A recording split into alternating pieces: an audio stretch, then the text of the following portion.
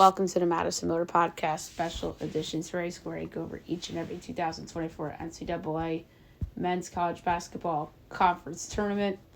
This will be the 25th of 32 as we will go over the MEAC tournament, which will be held at the Norfolk Scope in Norfolk, Virginia. No, that's not where Norfolk State plays, but you would think that they're going to have a home court advantage in this tournament. So we're going to do the seedings, and then we'll do the bracket and the miscellaneous stuff. All right, the number one seed in this bracket, overall 21-10, 11-3 in conference play. I just mentioned them, the Norfolk State Spartans. The 2 seed, 17-12 overall, 9-5 in conference play, the NC Central Eagles. The 3 seed, 14-17 overall, 9-5 in conference play, the South Carolina State Bulldogs. The 4 seed, 15-16 overall, 9-5 in conference play, the Howard Bison. The 5 seed, 11-19 overall, 7-7 in conference play, the Morgan State Bears. The 6 seed, 13-17 overall, 6-8 in conference play, the Delaware State Hornets. The 7 seed, 9-19 overall, 4-10 in conference play, the Maryland Eastern Shore Hawks. And the 8 seed, 2-26 on the year, 1-13 in conference play, the Coppin State Eagles.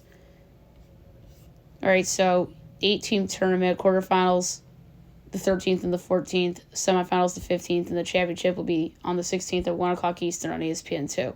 So without further ado, here we go. Wednesday, March 13th, 8-seed Coppin State, 1-seed Norfolk State.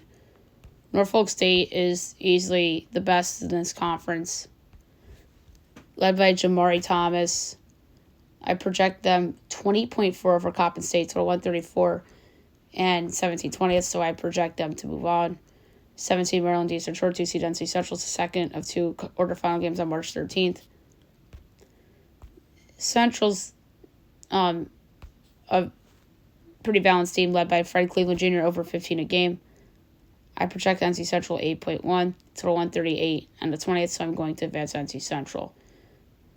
3rd of 4 quarterfinal games on Thursday, March 14th. First of 2 that day.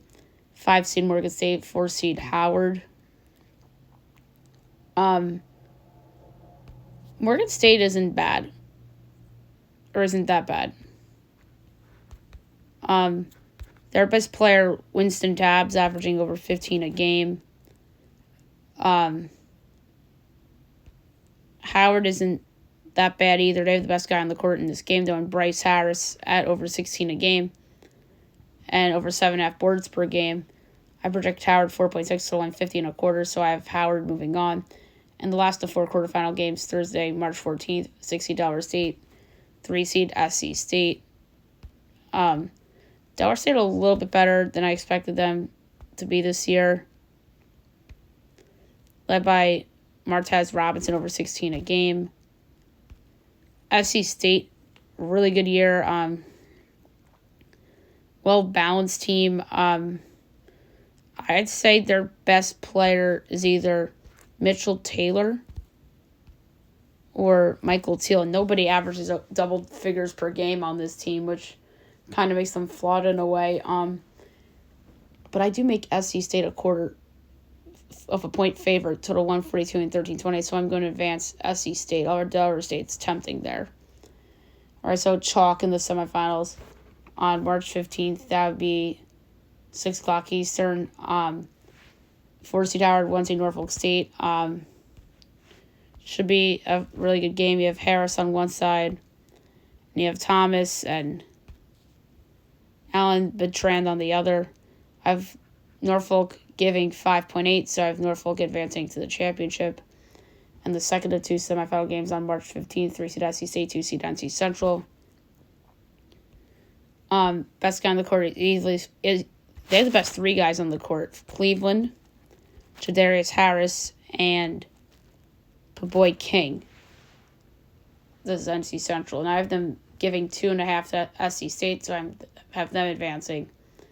And then the championship, 2 seed NC Central, 1 seed Norfolk State. Probably the best 2 teams in this conference. I do think Central could give Norfolk a run for its money, but Thomas and Bertrand are a dynamic duo, and Thomas is easily the best guy on the court.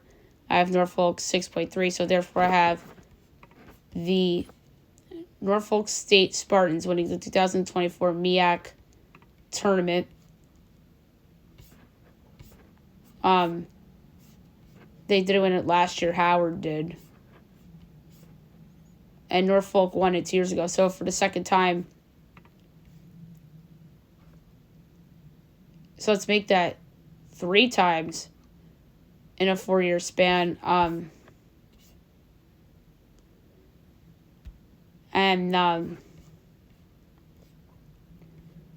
The COVID year, they didn't even get to play, which was really unfortunate. So this would be the 3rd in 4 years for Norfolk State, which is pretty cool. And most outstanding player, I gotta go with Jamari Thomas. No doubt about it. So, other tournament opportunities. I think the only real candidate for the CBI outside of Norfolk, if Norfolk loses in this tournament, is NC Central. I think NC Central will get an invite to the CBI. Okay, so who has value from a betting standpoint in this tournament? Norfolk State's a plus 175 favorite, rightfully so. NC Central's plus 220, Howard's plus 450, SC State 6-1, Delaware State's 10, Morgan State's 21, Maryland Eastern Shore 16, Coppin's 150. The team that I think has some value is, believe it or not, Delaware State has some value at 10-1. They have Robinson, we talked about earlier, Jevin Muniz, and DeWilk Tavares, all in double figures per game. I don't think that team can't be ruled out in this tournament. 10-1 on Delaware State is actually a pretty good number. That's the team that's the most value. But Norfolk State, I would throw them in there with Louisiana Tech, with UC Irvine, McNeese in the Southland, pick your poison in the SWAC, Vermont at a large number, UC Irvine. But yeah, I would absolutely throw Norfolk State in with those teams. And Robert James is in year 11. Is he going to stick around Norfolk State, or is he going to go for a better and bigger opportunity? Lavelle Moten did a good job this year at NC Central. But the coach that I think should be the coach of the year in this conference is Eric Martin. Year 2, went 9-5 and almost finished 500 overall. Not bad. But it will probably go to Robert Jones because he just dominates that league year after year. Hot seat. Jason Kraft at Maryland Eastern Shore, I think, is potentially hot seat. Larry Stewart isn't going to be one and done at Coppin. Stan Waterman, I think, will get a year 4 at Delaware State. Kevin Bordas, I think, with an okay MEAC play, saved his job. And Kenny Blankley will be back for sure, I'd say. But to me, the hottest seat is probably Jason Crafton at Maryland Eastern Shore in terms of hot seat in this conference. All right, so there you have it for the MEAC. And next up, we're going to go with another big-time conference, and that is going to be the Mountain West.